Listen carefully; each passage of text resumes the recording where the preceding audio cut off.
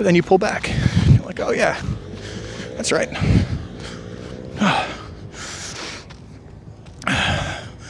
That's right.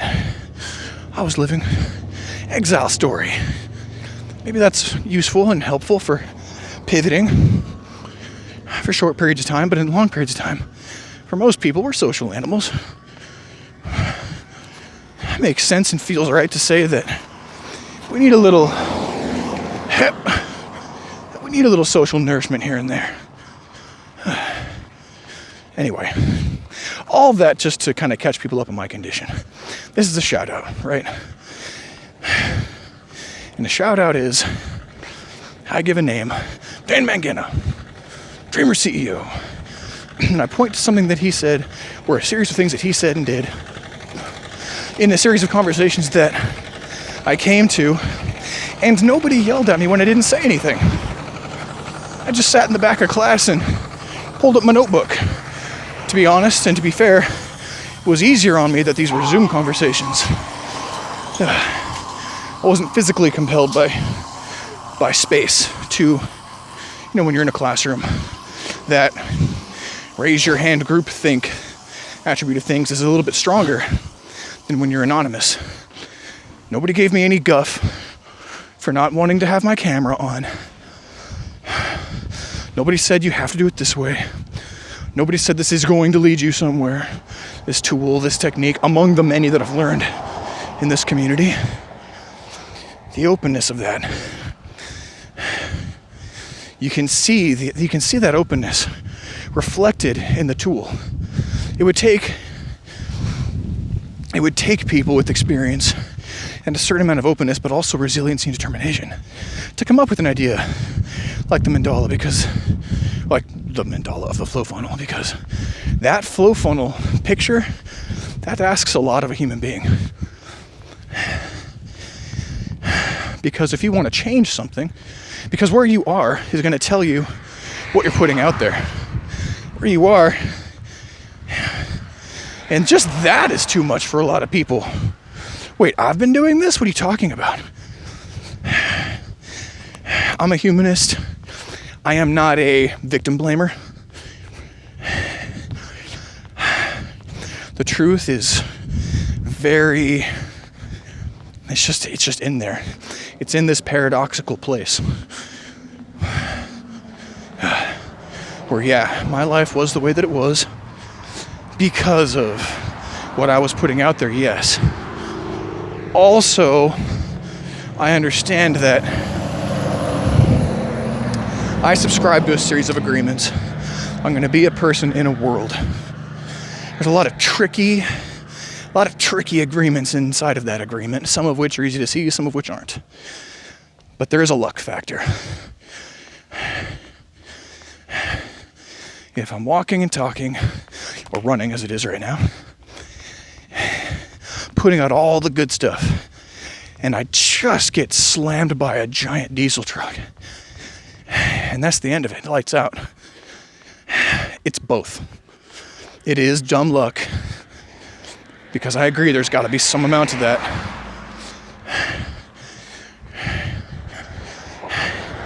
And also I was running on that road at that point, not looking and talking. I don't see that much of a difference in those two things. And mandalas that allow both of those to exist, I'm really into. Really into it.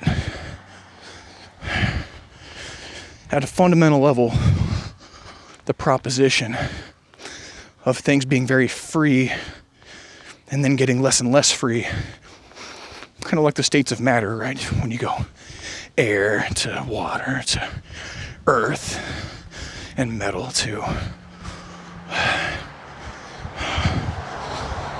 well, to who knows what. You follow these progressions and it kind of just makes sense. It feels right.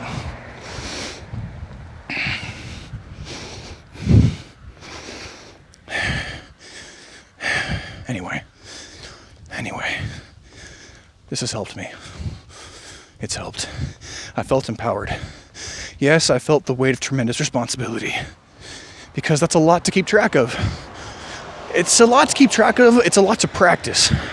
But I was in a position to ask myself, Is it worth that kind of effort?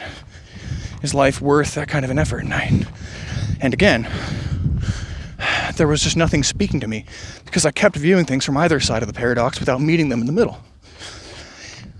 Yes, it is, so fight hard every day. Get better and better. No, it's not, because you're going nowhere and nothing is working. And there's nothing you can do ultimately anyway, because you're a tiny little pink slug creature with barely functioning gelatinous organs and stringy nerve sequences that fire off seemingly against you, seemingly all the time. All these stories. I'd never found a solution in any of the religions that I checked into, or any of the modalities. Meditation brought this problem with it. Physical exertion. Catering to people and going deeper and deeper into these agreements and stories with people so that I could be a part of the clan. It didn't work. Because the clan is like anything else. Vulnerable. So you gotta be resilient, right? What's a problem for me is a problem for any structure or a being or... Can I get up on this hill? Why not?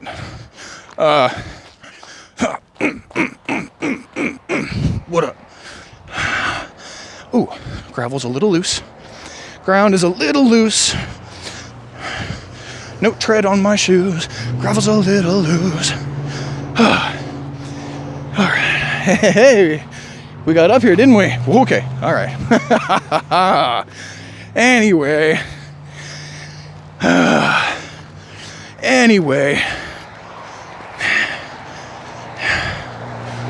Ooh, I like music that can be interpreted many ways. I like people who take risks, put themselves out there. Gosh, these weeds come right up to the slopes. I like people that take these risks. I like these people that are forerunners that pave the way for everybody. I like these people who invite others into the conversation without demanding their participation. Or for that participation to look in a singular way. And so the trust that's there is pretty big. Like the statement, we're all adults here. That's actually a pretty profound statement. If you're in a room full of adults, I don't know if there's anything that can hold us back.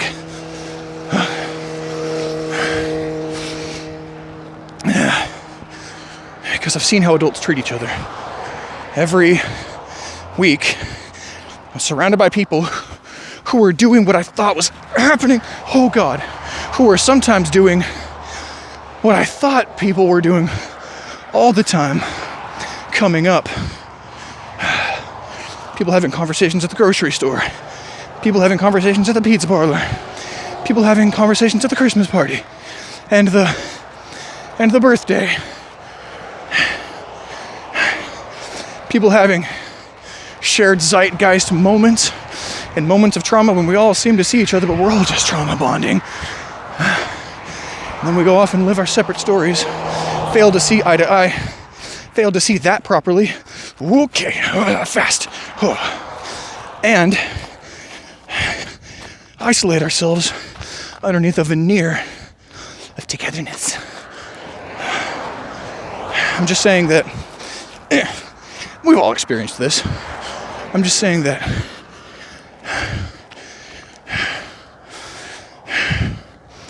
the value of living in that responsibility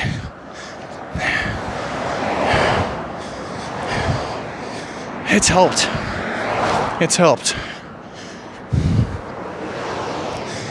The only times when it doesn't help, it's still helping.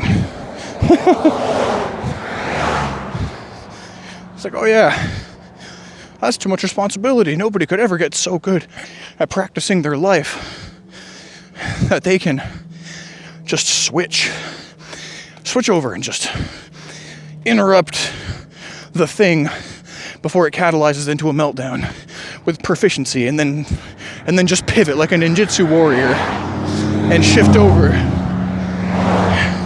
through their modalities and through their contacts and through their day-to-day practices and through their inclinations and dispositions to just boom. Oh yeah, that's right. That feeling was something that I don't have to keep feeding with all this behavior. Oh yeah, I can just interrupt it, and then when the patterns get interrupted, we do that by setting intentions. Ooh, ow. Oh yeah, that's right. This thing is... God, I'm talking in circles. Very difficult to talk and run. Very difficult to do either of these things. I'm not particularly gifted at either.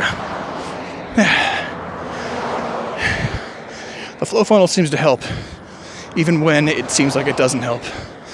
Because if I relax, or if I just continue to tantrum long enough, eventually I blow myself out of steam. And all that's left to do is laugh it off. And remember, oh yeah, okay. Even the meltdown, even the tantrum I just threw can only serve me because it put me in a position to explore the futility of my own self-judgment, hypercritical, self-defeating, bleh. You know, even that works for me. I like that. Somewhere in these paradoxes, you get a little granular access to that seemingly infinite resource of energy the universe is happy to provide.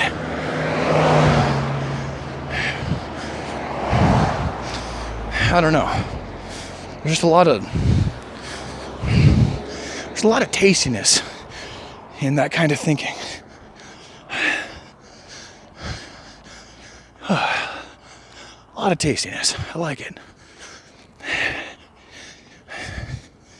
I wonder how far that road goes. To the left. Gotta make a left eventually anyway. I've never been on this road, so we'll see. We'll see. A little tired of traffic. Tough to think when there's noise and steel boxes rattling through space and time at irresponsible speeds within a few feet of my little pedaling form. What's useful? What story is useful? That's great. It's great. It's like what works.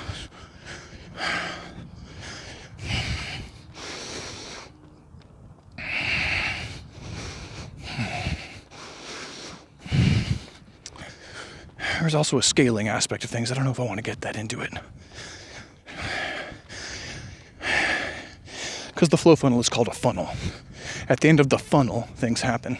At the beginning of the funnel, the universe pours all that limitless energy into and through the first part, which is the potential, and then so on and so forth, the energy, the stories.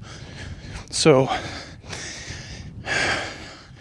feeling into that potential place, the very first sort of emergence into anything that you could grasp at, or hope to grasp at, straight from the bottle, so to speak. That's tough. I think it's pretty rare for a human being to have direct, consistent, and non-momentary, non-linear exposure to that particular form of universal abundance. I don't know if that's true, but it seems like it is. It sounds right. But if you get one step beneath that, and the funnel gets a little tighter, now we're talking emotions, and that's good. I'm an emotional guy. I can talk about them a little bit more than I can talk about this effervescent, luminous proximity to the singularity, or whatever you want to call it. I liked that because and you know why I like it? Because I was prepped. Because I acquired opportunities by putting myself out there. Those opportunities put me in position to have conversations with people, including my mentor. I mean, Dan's one of them, but I have multiple ones. Most of them don't know that they're mentors.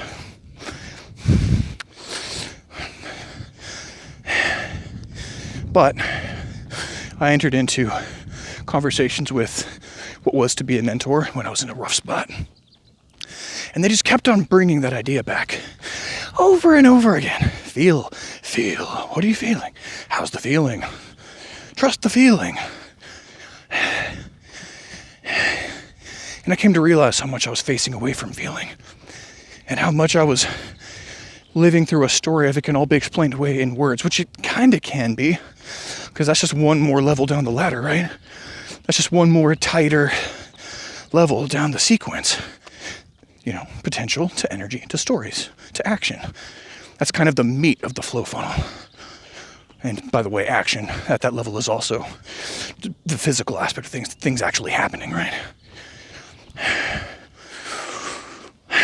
It's tough to talk in these terms. Not just running terms, but anyway. But doing that, you can't pivot that easily. Who was it? Rufus. Long Rufus from Dogma. Chris Rock. He had it right. He used the word ideas. But ideas are really just semi-clotted inspiration. And how do you know you've had inspiration? Because there's a feeling. Yeah, there might be words too, but the feelings are powerful and free. They come and go, sometimes very quickly. A lot of content gets moved. Words are nice, and conscious attendance to things from the thinking brain, the problem-solving brain. That's the realm of the story. That's the realm at that level of the funnel. Like, that's functional. And that was my primary way of interacting with the world, was through that part of the funnel. Always talking, always thinking in words, until I came to have practice. And through a lot of practice, that's beautiful. Wow, look at that grove. I want to practice Tai Chi in there and trip on a rock like a damn fool, which is what I am, among other things. All these little nooks. Look at these little nooks. Anyway, this is what we do on the podcast. We ramble and digress, and occasionally shake loose a piece of something valuable. We're all just kind of gold panning here. I was pretty clumsy in those earlier conversations. But then after having had them many times, and basically on accident, but being open to accident, allowing myself to entertain the possibility of things incoming, and being in that position while things were incoming, and just having enough of those experiences together, I came to agree with my mentor that, yes, for every thought that I have a cascading oceanic tide of content that is emotional, that is energetic, that is speaking a language that is barely tethered to the confines of material reality. At least if you compare it to thought, conversation, and analysis, which has its place too, but anyway, I'm just kind of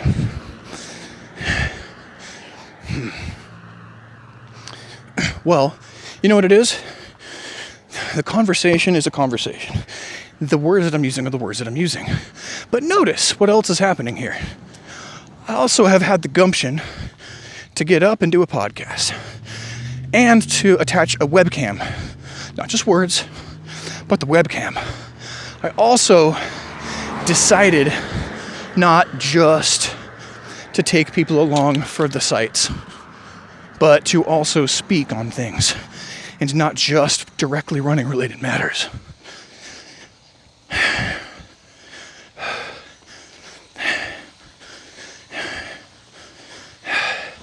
So there's this energetic content. There's all of this context. There's all of this there's all of this ness that can about maybe 1% of it is represented by the words that I'm using. But if you flow with me for a while, and we've been talking for a while, we're gonna come to this place where we have a little more access to the far richer conversation, where the words are but a small part, and the me running is a part, and the shades of green I'm running past are a part, and the sun above, and the potential of what might come next is a part, and the mystery, the giddy, bubbly, caffeinated mystery of the what was that end game Justin was talking about for this podcast. All that is on the table every moment. But if I tried to use words to speak about all of it all the time, you can tell that I kind of try to do that. If this conversation shows you nothing else, it'll show you that my addiction to wrapping things up in cute little packages called words, when there's this whole rich experience happening at all times, well, despite all of that, there is a conversation happening here.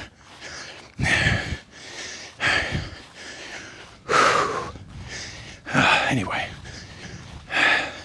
so I guess this is a micro dive. It's not even a dive, but we've done this to music on this podcast a few times. We've done this to singular concepts here and there on the podcast. For anybody who needs a reminder, this is Ride Along with Runman, episode 36, with your host, Runman. Let me check my time. 54 minutes. We are currently in the middle of Chronicle number 2, if I didn't just hit the stop button, and I did not. So good. Almost perfect. Yeah. Okay. The only remaining question, which way do I want to go back? Well, since this sidewalk... No, I don't want to go that way. I get to choose. This is my podcast. Go make your own. Some of us will join you. It'll be good. Whew, stomach stitch. Oh, yeah. A little bit. It was scrambled eggs and beans with Tabasco and black pepper. Today, that was breakfast. Oh, and a handful of cashews. And coffee. Sweet, delicious coffee.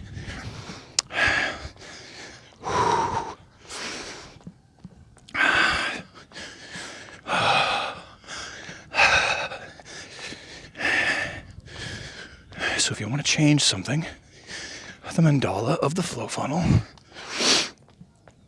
calls you to look around. The environment doesn't lie. The mandala is everywhere.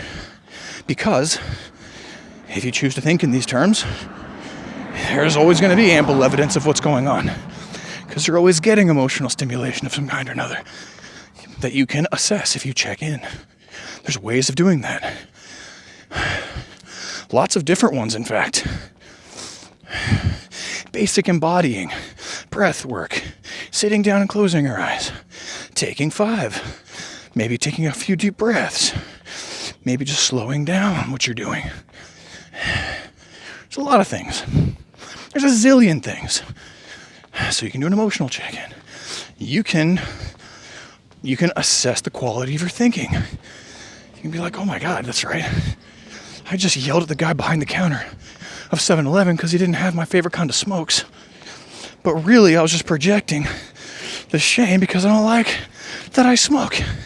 And I'm living the story of angry guy who smokes too much and yells at people. I was about to go to a Starbucks, get coffee, and yell twice as much at the person behind the counter because I know that my order is unnecessarily convoluted.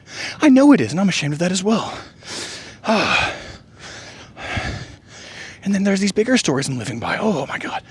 All of these unnecessary problems.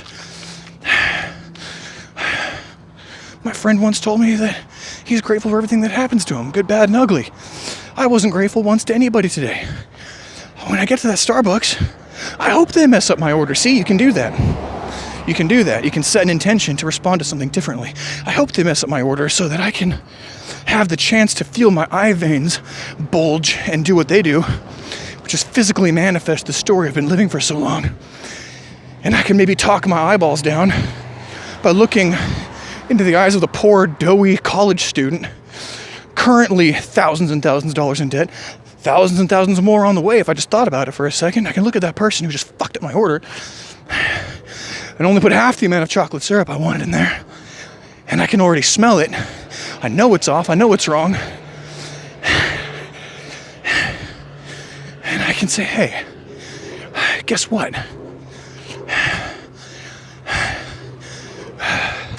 You have an equivalent to my coffee problem, my college friend.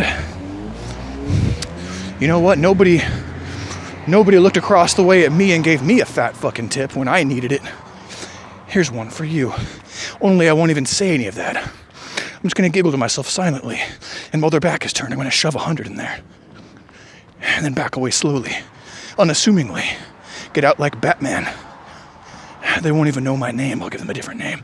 And now you've just told yourself a whole different story. So if the problem of your day,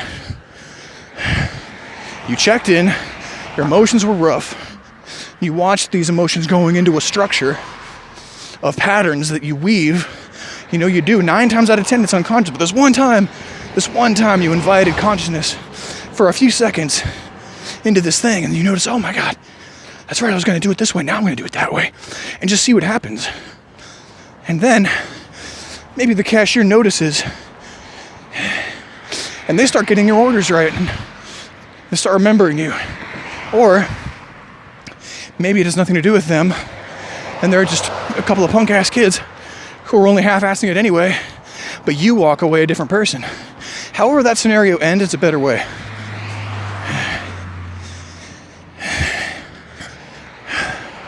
You do that 10 times, and then the story starts coming apart in a deeper way.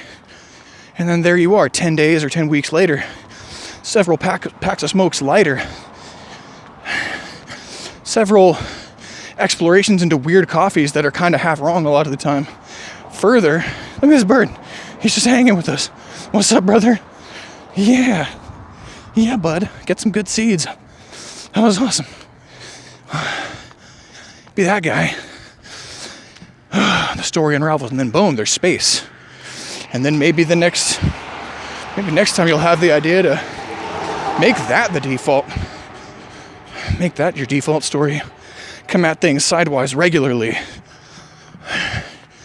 And then boom, you're living a whole different life. Anyway, I'm just saying that if you thought about it from the flow funnel thing, this person, the smoking, coffee drinking, anger addict,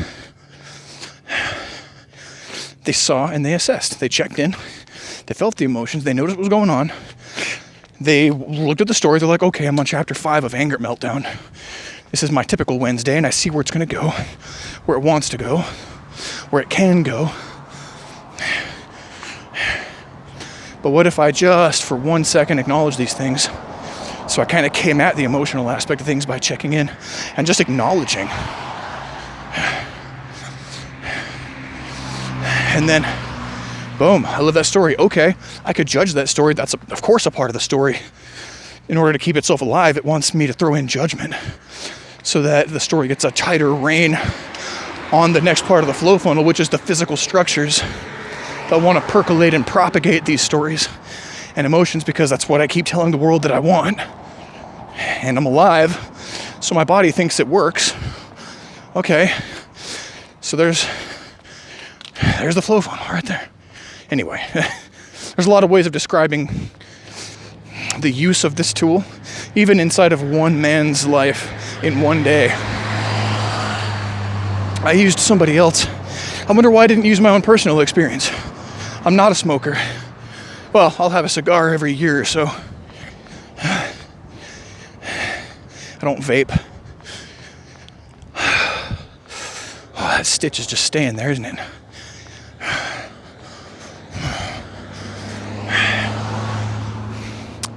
Here's a story. We've talked about this on the podcast, but I'm just going to, as a part of the shout out, so that you can take home something personal.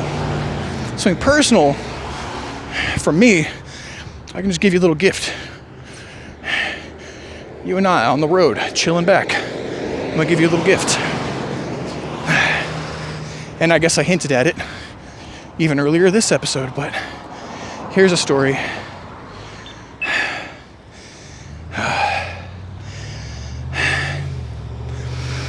I need to go to school.